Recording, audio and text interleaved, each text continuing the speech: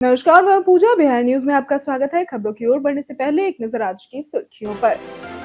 बिहार के सरकारी स्कूलों में अब डिजिटल शिक्षा को मिलेगा बढ़ावा। 1 अप्रैल 2026 से कक्षा 6 से 8 तक कंप्यूटर कोर्स होगा अनिवार्य। हर स्कूल में कंप्यूटर और शिक्षक की होगी व्यवस्था। चैती छठ के मद्देनजर पटना में 2 दिन बदली रहेगी ट्रैफिक व्यवस्था। कारगिल चौक से दीदारगंज तक वाहनों की आवाजाही पर लगेगी रोक। अशोक राजपथ के सील रहेंगे एंट्री पॉइंट। बिहार पंचायत चुनाव 2026 की तैयारियां हुई शुरू। जून से बनेगी मतदाता सूची। ईवीएम और फेशियल रिकॉग्निशन तकनीक से होगी वोटिंग। बिहार बोर्ड ने 10वीं छात्रों के लिए जेईई नीट मुफ्त कोचिंग की शुरू। आवासीय कोचिंग में रहना और खाना मिलेगा मुफ्त। हर महीने दी जाएगी 400 रुपए की स्कॉलरशिप। एमएस धोनी ने रिटायरमेंट की अटकलों पर तोड़ी चिप्पी। बोले अभी संन्यास के बारे में नहीं सोच रहा। 60 साल तक खेलने वाले मजाकिया बयान से फैंस हुए उत्साहित। चलिए बढ़ते हैं शाम तक की बड़ी खबरों की ओर विस्तार से। बिहार में 1 अप्रैल 2026 से सरकारी स्कूलों में कंप्यूटर कोर्स होगा अनिवार्य। बिहार सरकार ने घोषणा की है कि 1 अप्रैल 2026 से सरकारी स्कूलों में कक्षा 6 से 8वीं तक कंप्यूटर कोर्स अनिवार्य होगा और इसे 2026 तक कक्षा 1 से 8वीं तक पूरी तरह से लागू किया जाएगा। पाठ्यक्रम में बच्चों को कंप्यूटर का दैनिक उपयोग, operating system, file management, multitasking, user interface, cyber सुरक्षा और क्लाउड कंप्यूटिंग की जानकारी भी दी जाएगी। प्रत्येक स्कूल में कंप्यूटर उपलब्ध कराया जाएगा और पढ़ाने के लिए शिक्षक नियुक्त किए जाएंगे। कंप्यूटर को अन्य विषयों की तरह साप्ताहिक रूटीन में शामिल किया जाएगा और अर्धवार्षिक एवं वार्षिक परीक्षाएं भी आयोजित होंगी। बिहार इंटरमीडिएट परीक्षा 2026 का रिजल्ट हुआ जारी। बिहार इंटरमीडिएट 12वीं परीक्षा 2026 का परिणाम जारी हो गया है, जिसमें कुल 85.19% छात्र सफल रहे। इसमें 84.09% छात्र और 86.23% छात्राएं पास हुई, जिससे लड़कियों का प्रदर्शन बेहतर रहा। आर्ट्स और कॉमर्स में छात्राओं ने टॉप किया, जबकि साइंस में समस्तीपुर के आदित्य प्रकाश ने प्रथम स्थान हासिल किया। कॉमर्स में पटना की अदिति कुमारी और आर्ट्स में गया जी की निशु कुमारी टॉपर रही। लगभग 13 लाख छात्रों ने ये परीक्षा दी थी, जो 1 से 15 फरवरी के बीच हुई थी। 35 दिनों में परिणाम जारी कर बिहार बोर्ड ने लगातार 8वीं बार सबसे पहले रिजल्ट घोषित करने का रिकॉर्ड बनाया। बिहार बोर्ड ने 10वीं छात्रों के लिए जेईई नीट मुफ्त कोचिंग की शुरू। बिहार बोर्ड ने जेईई और नीट की तैयारी के लिए मुफ्त कोचिंग की घोषणा की है। ये प्रोग्राम 2026 में 10वीं की बोर्ड परीक्षा देने वाले छात्रों के लिए है और इसमें बिहार बोर्ड के साथ साथ सीबीएसई और आईसीएसई के छात्र भी आवेदन कर सकते हैं। कोचिंग आवासीय पटना में और गैर आवासीय राज्य के 9 प्रमंडलीय जिलों दोनों विकल्पों में उपलब्ध है। आवासीय कोचिंग में रहना और खाना मुफ्त मिलेगा और इसके साथ ही हर महीने 400 रुपए की स्कॉलरशिप भी दी जाएगी। गैर आवासीय छात्रों को 1000 रुपए महीने की राशि और मुफ्त एडमिशन मिलेगा। आवेदन 23 मार्च से 5 अप्रैल तक ऑनलाइन होगा। पटना में चैती छठ पूजा को लेकर 2 दिन बदली रहेगी ट्रैफिक व्यवस्था। पटना में चैती छठ पूजा के मद्देनजर यातायात पुलिस ने बड़े पैमाने पर रूट डायवर्जन लागू किया है। 24 मार्च दोपहर 12 बजे से शाम 7 बजे और 25 मार्च रात 2 बजे से सुबह 8 बजे तक कारगिल चौक से दीदारगंज तक सभी वाहनों का परिचालन बंद रहेगा।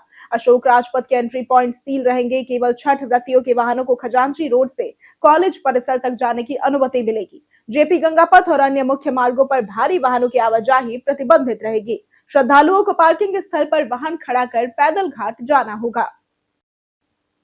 जून 2026 से बनेगी पंचायत चुनाव के लिए मतदाता सूची। बिहार में पंचायत चुनाव 2026 की तैयारियां शुरू हो गई है और चुनाव नवंबर-दिसंबर में संभावित है और पुराने परिसीमन के आधार पर ही होंगे। वार्ड या पंचायत सीमाओं में कोई बदलाव नहीं किया गया है। डीएम जिला निर्वाचन पदाधिकारी और जिला पंचायत राज अधिकारी उप निर्वाचन पदाधिकारी होंगे। त्रिस्तरीय पंचायत प्रणाली में मुखिया, सरपंच, पंच, वार्ड सदस्य, पंचायत समिति और जिला परिषद के लिए मतदान होगा। मतदाता सूची तैयार करने की प्रक्रिया जून 2026 में शुरू होगी और इस बार मतदान ईवीएम और फेशियल रिकॉग्निशन तकनीक से होगा, जिससे धांधली और फर्जी वोटिंग रोकी जा सकेगी।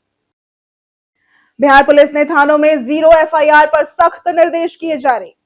बिहार पुलिस ने थानों में जीरो एफआईआर पर सख्त निर्देश जारी किए हैं और अब किसी भी सूचना को टालना या बहाना नहीं चलेगा। जीरो एफआईआर उन मामलों को कहते हैं जो थाना क्षेत्र के बाहर घटित अपराध की सूचना पर तुरंत दर्ज किए जाते हैं और पुलिस मुख्यालय ने इसके लिए एसओपी भी बनाई है और राज्य अपराध अभिलेख ब्यूरो यानी कि एससीआरबी को नोडल इकाई बनाया गया है। सूचना मौखिक या डिजिटल दोनों माध्यम से दी जा सकती है। एफआईआर दर्ज होने के बाद इसे सीसीटीएनएस के जरिए संबंधित थाने को भेजा जाएगा। निगरानी के लिए रजिस्टर और मासिक रिपोर्ट अनिवार्य होगी। महिला या दिव्यांग पीड़ितों की शिकायत विशेष प्रावधानों के तहत दर्ज होगी। बोधगया में बन रहा दलाई लामा सेंटर 2028 तक होगा तैयार। बोधगया में बन रहा द दलाई लामा ट्रस्ट द्वारा संचालित द दलाई लामा सेंटर 2028 के अंत तक तैयार होने का लक्ष्य है। इस परियोजना का शिलान्यास 3 जनवरी 2023 को 14वें दलाई लामा ने किया था। करीब 30 एकड़ में बन रहा यह संस्थान भारतीय और तिब्बती प्राचीन ज्ञान परंपराओं के अध्ययन और शोध का एक वैश्विक केंद्र बनेगा। यहाँ तर्क शास्त्र, मनोविज्ञान और प्राचीन दर्शन पर रिसर्च की सुविधा होगी और केंद्र सरकार और बिहार सरकार के सहयोग से तैयार हो रहा यह संस्थान प्रेम, करुणा, सहिष्णुता और शांति के मूल्यों को बढ़ावा देगा और दुनिया को अहिंसा व संवाद के जरिए संघर्ष समाधान का संदेश देगा। बिहार दिवस पर डाक विभाग ने अस्थायी आधार सेवा केंद्र लगाया। बिहार दिवस समारोह में डाक विभाग ने 3 दिवसीय कार्यक्रम के दौरान अस्थायी आधार सेवा केंद्र लगाया है। यहाँ लोग आधार कार्ड बनवाने या उसमें सुधार करवाने के लिए जा सकते हैं। बांकीपुर प्रधान डाकघर के डाक अधीक्षक मनोज कुमार के अनुसार सभी आवश्यक कागजात लेकर आने पर सुधार का काम तुरंत किया जाएगा और इसके लिए टोकन लेने या लाइन में खड़े होने की जरूरत नहीं है। इसके अलावा डाक विभाग के काउंटर पर बचत योजनाओं की जानकारी दी जा रही है और इंडिया पोस्ट पेमेंट बैंक के खाते भी खोले जा रहे हैं, जिससे नागरिकों को बैंकिंग सुविधा भी उपलब्ध हो रही है। जहानाबाद सभा में सीएम नीतीश ने विपक्ष पर साधा निशाना। बिहार में मुख्यमंत्री नीतीश कुमार की समृद्धि यात्रा के 5वें चरण की शुरुआत जहानाबाद से हुई और यहां उन्होंने 182 करोड़ की 73 योजनाओं का शिलान्यास और 70 करोड़ की 88 योजनाओं का उद्घाटन किया। इसके बाद यात्रा अरवल जिले पहुंची, जहां 63 करोड़ की 22 योजनाओं का शिलान्यास और 90 करोड़ की 250 योजनाओं का उद्घाटन प्रस्तावित है। सभा को संबोधित करते हुए मुख्यमंत्री ने पिछली सरकारों पर निशाना साधते हुए कहा कि पहले बिहार में कानून व्यवस्था, शिक्षा, स्वास्थ्य और सड़कों की स्थिति खराब थी, जबकि अब राज्य में विकास हुआ है। वहीं सम्राट चौधरी ने कहा कि आगे भी सरकार नीतीश कुमार के नेतृत्व में ही चलेगी। पटना में बैठक के बाद अमीनों का एक दिन का धरना टला। बिहार में राजस्व विभाग के अमीन 5 सूत्री मांगों को लेकर हड़ताल पर है और उन्होंने 31 मार्च तक अल्टीमेटम दिया है। पटना में बैठक के बाद विभाग ने आश्वासन दिया, जिससे आज का एक दिन का धरना टाल दिया गया। अमीनों की मांगे हैं नजदीकी जिले में ट्रांसफर, त्रिस्तरीय प्रोन्नति, गाड़ी व इंटरनेट भत्ता, डिप्लोमा सिविल के अनुसार वेतनमान और जमीन मापी के लिए जंजीर वाहकों की नियुक्ति।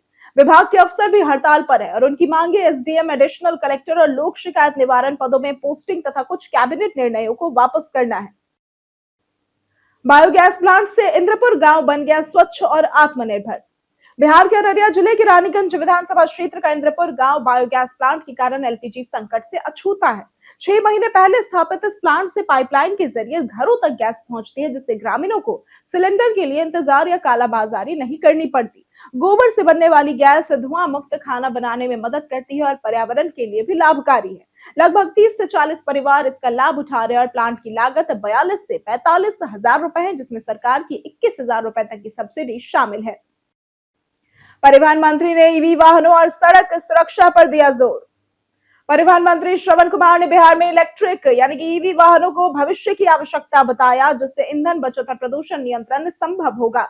मंत्री ने राज्य में हरित क्षेत्र 9% से बढ़कर 15% होने का उल्लेख किया। बिहार दिवस पर परिवहन विभाग के पवेलियन में सावधानी हटी दुर्घटना घटी थीम पर सड़क सुरक्षा अभियान प्रस्तुत किया गया, जिसमें कठपुतली नृत्य, हेलमेट और रोड सेफ्टी बैंड वितरण शामिल था। बच्चों के लिए पेंटिंग, क्विज और स्लोगन प्रतियोगिताएं भी आयोजित की गई। मुख्य आकर्षण जल परिवहन मॉडल था, जिसमें वाटर मेट्रो, कार्गो शिप और प्रमुख नदियों की झलक दिखाई गई। विजिलेंस ब्यूरो ने 200 अफसरों के खिलाफ सबूत किए इकट्ठा। बिहार में भ्रष्टाचार के खिलाफ कार्रवाई तेज हो गई है। विजिलेंस इन्वेस्टिगेशन ब्यूरो ने डिजिटल तकनीक का इस्तेमाल शुरू किया है, जिसमें करीब 200 संदिग्ध अफसरों और कर्मचारियों के खिलाफ सबूत इकट्ठा किए गए हैं। लगभग 7 लाख रुपए की open text forensic imager machine से पेन ड्राइव, दस्तावेज और डिजिटल सबूत सुरक्षित रखे जा रहे हैं, जिससे कोई भी छेड़छाड़ नहीं हो सकती। इसके लिए एक्सपर्ट और तकनीशियन की टीम बनाई गई है। सुनवाई में तेजी लाने के लिए एसपी नेतृत्व में 10 अधिकारियों की विशेष टीम बनाई गई है। 2025 में 29 घूसखोरों को सजा मिली थी। मनीष कश्यप पर 10 लाख की रंगदारी मांगने का केस हुआ दर्ज। पश्चिम चंपारण के नवलपुर थाना क्षेत्र में पुल निर्माण करा रही एक कंस्ट्रक्शन कंपनी के कर्मी ने यूट्यूबर और जनसुराज से जुड़े मनीष कश्यप समेत 7 लोगों पर 10 लाख रुपए की रंगदारी मांगने का आरोप लगाया है। शिकायत गोमती नगर निवासी संजीत कुमार सिंह ने दर्ज कराई है। वहीं दूसरी ओर रमेश यादव की मां ने भी कंपनी कर्मियों पर मारपीट और पैसे चोरी का आरोप लगाया है। मीडिया में चल रही खबरों के अनुसार चुनाव के दौरान चंदा न देने पर काम रुकवाने की धमकी देने का आरोप लगाया गया है। पुलिस ने दोनों पक्षों की शिकायत पर मामला दर्ज कर जांच शुरू कर दी है। एमएस धोनी ने रिटायरमेंट की अटकलों पर दिया बड़ा बयान। पूर्व भारतीय कप्तान महेंद्र सिंह धोनी के रिटायरमेंट को लेकर चल रही अटकलों पर उन्होंने खुद प्रतिक्रिया दी है। हाल ही में रॉबिन उथप्पा ने अनुमान लगाया था कि 2026 का इंडियन प्रीमियर लीग यानी कि आईपीएल सीजन धोनी का आखिरी हो सकता है और उनकी भूमिका मेंटोर जैसी हो सकती है। हालांकि एक कार्यक्रम के दौरान धोनी ने कहा कि वो अभी रिटायरमेंट के बारे में नहीं सोच रहे हैं। मजाक में जब उनसे 60 साल तक खेलने की बात कही गई तो उन्होंने हंसते हुए कहा, मुश्किल होगा लेकिन कोशिश कर सकता हूं। उनके इस जवाब से फैंस काफी ज्यादा उत्साहित हो गए।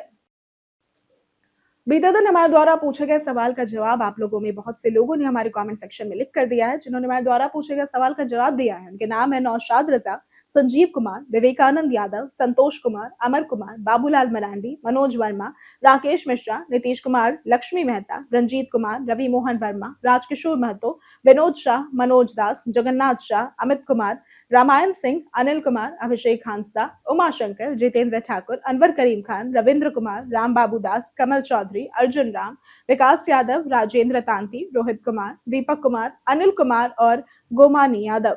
इसी के साथ बढ़ते हैं आज के सवाल की ओर। आज का सवाल है, क्या बिहार के युवाओं को स्किल डेवलपमेंट पर ज्यादा ध्यान देने की जरूरत है? आप अपना जवाब हमें हमारे कमेंट सेक्शन में लिखकर जरूर बताएं। आज के लिए सिर्फ इतना ही। बिहार के तमाम खबरों के साथ बनी रहने के लिए देखते रहें बिहारी न्यूज और साथ ही अगर आप यूट्यूब चैनल पर देख रहे हैं तो चैनल को सब्सक्राइब करें और अगर आप फेसबुक पेज पर देख रहे हैं तो लाइक और फॉलो जरूर करें।